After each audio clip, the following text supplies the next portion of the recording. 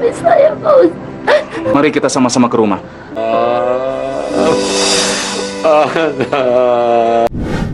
Halo sahabat Trimono Group dimanapun kalian berada, bagaimana kabarnya? Semoga kalian sehat walafiat.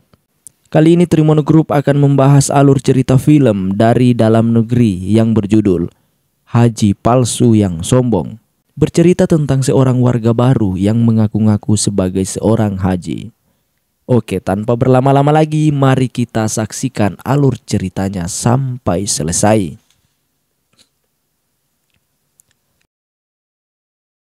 Cerita bermula dari sepasang suami istri yang bernama Pak Pampang, sang suami, dan istrinya yang bernama Ibu Arlu. Nampaknya sepasang suami istri ini baru saja melakukan pindahan rumah. Jadi jangan mentang-mentang itu kayu juga kayu jati, kayu mahal. Di sini juga kita akan diperkenalkan dengan Bongga yang merupakan tetangga baru dari Pak Pampang dan hendak berkenalan dengan mereka. Ada juga sepasang suami istri yang hendak berkenalan, sebut saja Pak Uto, sang suami, dan Ibu Odo, istrinya. Di sini Pak Pampang memperkenalkan diri sebagai seorang haji, namun dari ekspresi Arru istrinya sepertinya ada sesuatu yang disembunyikan. Baru juga 2 kali. Yang pertama 2 tahun lalu dan yang terakhir baru tahun kemarin. Wah, enak betul ya Bu ya. Iya. Masih sehat begini sudah bisa berhaji. Dan ternyata benar saja bahwa ekspresi Ibu Arru menandakan kalau Pak Pampang suaminya telah berbohong kepada tetangga-tetangganya dengan mengaku sebagai haji. Namun pada kenyataannya mereka bukanlah seorang haji. Bahkan mereka juga belum pernah menginjakkan kakinya di negeri Arab. Ternyata maksud Pak Pampang membohongi warga adalah agar mereka bisa dihormati kalau para warga mengira mereka adalah haji. Bapak tuh apa-apaan sih? Pakai ngaku-ngaku kalau kita tuh udah haji, itu kan dosa besar, Pak. Santai saja Bu, santai. Tidak akan ada yang tahu kalau kita ini belum haji. Lagian, kalau mereka tetap menganggap kita ini haji, mereka akan menghormati kita. Mereka akan segan sama kita, Bu. Enak kan? Ya, kalau Ibu tidak mau berbohong, Ibu diam-diam saja. Biar aku yang mengarang ceritanya. Keesokan harinya Haji Palsu alias Pampang berkeliling di kampung tersebut. Dan tanpa sengaja ia melihat seorang gembel yang tengah beristirahat di teras masjid. Di sini kita diperlihatkan sosok asli Pak Pampang yang begitu sombong dan kasar. Itu ditandai dengan caranya yang tanpa ada rasa kasihan mengusir sang gembel tersebut. Maaf Haji. Mau bilang sama kamu, ini bukan tempat tidur umum. Ini masjid, ini tempat ibadah. Masa kamu seenaknya guling-guling di sini bawa gerobak sahabat? Hah? Itu semua merusak pemandangan, tahu? Biasanya saya tidur di sini Pak Haji, tidak ada yang larang. Sekarang pergi. Pergi! Singkat cerita, pada malam hari Pak Pampang melihat para pemuda kampung yang sedang bermain judi. Di sini Pak Pampang bersifat baik dengan membubarkan para pemuda tersebut karena tindakan yang mereka lakukan sangatlah bejat, dibenci Allah, dan merupakan kelakuan yang bisa merusak bangsa dan negara. Ini benar-benar gila. Kalian ini kan pemuda-pemuda harapan bangsa dan agama. Hah? Kok kerjanya malah berjudi? Namun ternyata Pak Pampang membubarkan para pemuda karena Pak Pampang ingin mengambil uang taruhan mereka.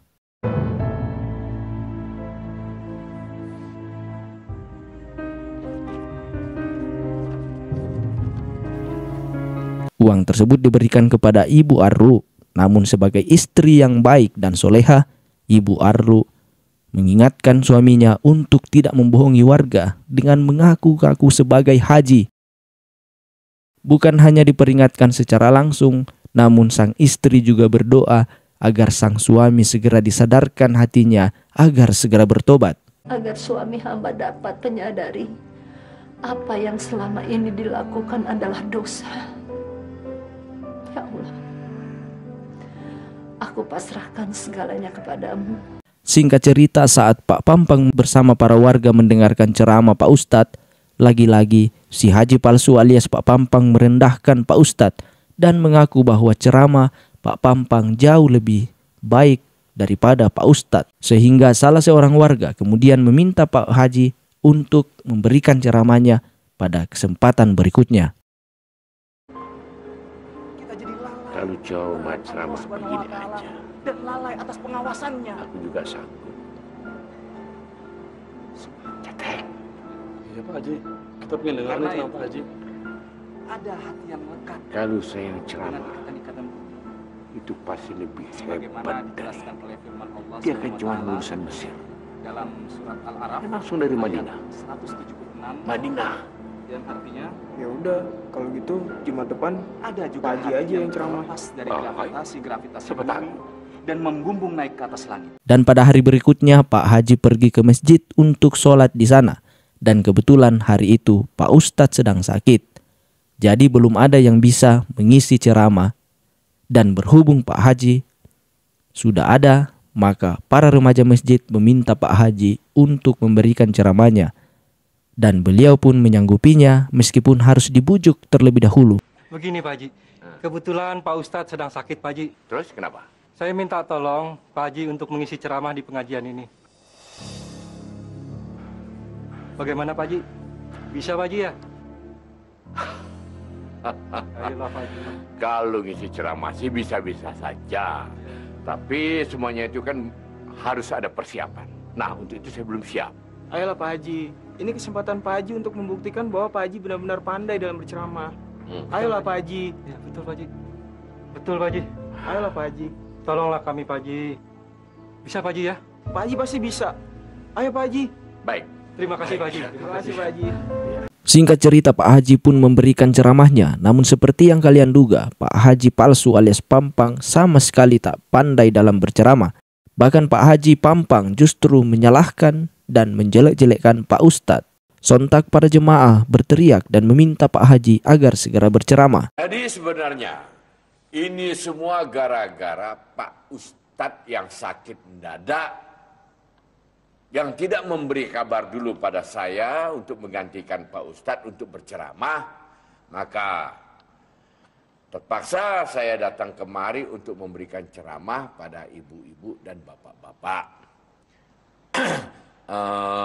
Pak Haji, ceramahnya mana? Iya Pak Haji,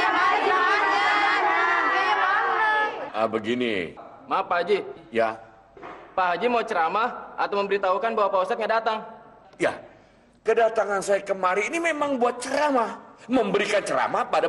Karena semakin didesak dan tidak tahu berceramah, kemudian Pak Haji palsu Pampang mencari alasan pura-pura sakit perut dan pergi meninggalkan pengajian. Selang beberapa hari kita akan diperlihatkan seorang pemuda, sebut saja dia Inggu, yang ternyata merupakan kawan dari Pak Haji. Waalaikumsalam warahmatullahi wabarakatuh.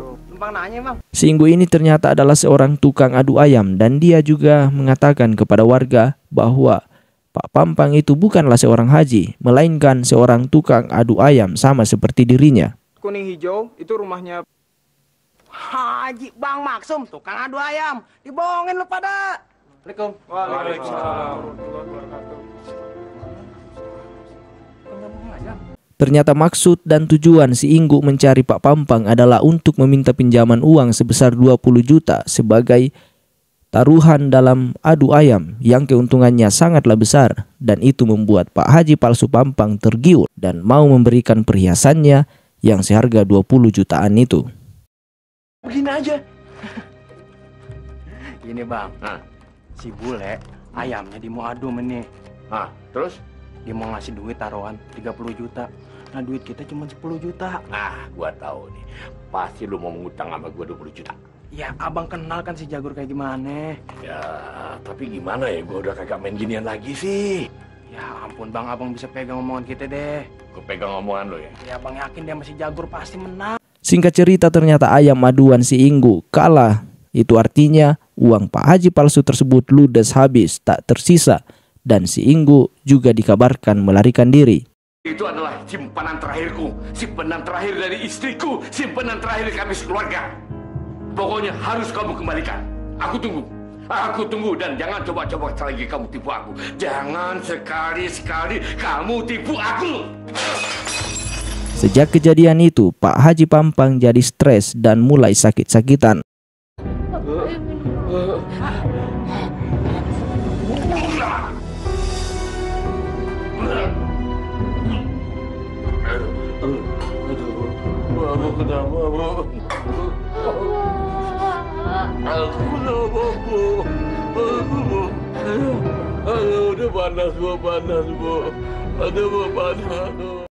Keesokan harinya istri Pak Pampang menemui Pak Ustadz dan para warga untuk mengakui kesalahan suaminya dan mengungkapkan kebenarannya bahwa selama ini Pak Haji Pampang hanya mengaku-ngaku sebagai haji alias haji palsu. Pengakuan ini dilakukan oleh Ibu Arru karena kondisi sang suami makin parah sakitnya. Pada kesempatan ini juga Ibu Arru meminta Pak Ustadz untuk melihat suaminya di rumah yang sakit parah. Kebohongan apa itu, Ibu? Iya, sebenarnya kami bukan haji, Pak Ustadz. Dan kami belum pernah naik haji. Tapi karena suami saya ingin terpandang dan disegani warga, makanya dia ngaku sebagai haji, Pak Ustadz. Ya, mari kita sama-sama ke rumah. Sesampainya di rumah terlihatlah Pak Pampang yang terbaring lemah di tempat tidur. Pada kesempatan ini Pak Ustadz memberikan ceramah kepada Pak Pampang dan mengingatkan agar kembali kepada jalan yang benar. Pak Ustadz juga menyuruh Pak Pampang untuk segera bertobat. Pak, rezeki, maut, jodoh dan kelahiran, semua itu ada di tangan Allah. Dia yang mengatur segalanya. Dan jika Allah menghendaki untuk mengambil semua harta kita, bahkan nyawa kita, maka semua akan hilang. Dan kita harus ikhlas melepaskannya. Karena jika kita ikhlas, insya Allah kita bisa menerima semua cobaan dan ujian yang diberikan oleh Allah SWT. Mendengar ceramah Pak Ustadz, akhirnya Pak Pampang bertobat, mengakui kesalahannya dan meminta maaf kepada Pak Ustadz, para warga dan juga kepada istrinya atas segala kesalahannya selama ini. Maafkan saya, Bu. Kemudian cerita diakhiri dengan kesembuhan Pak Pampang dan kini beliau sudah bertobat dan mau mengikuti sholat berjemaah. Assalamualaikum.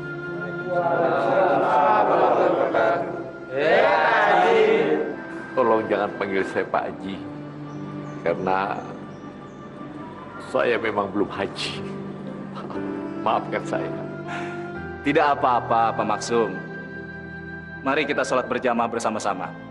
Tempat ini terbuka bagi siapa saja yang ingin beribadah di sini. Silakan Pak Maksum. Terima kasih.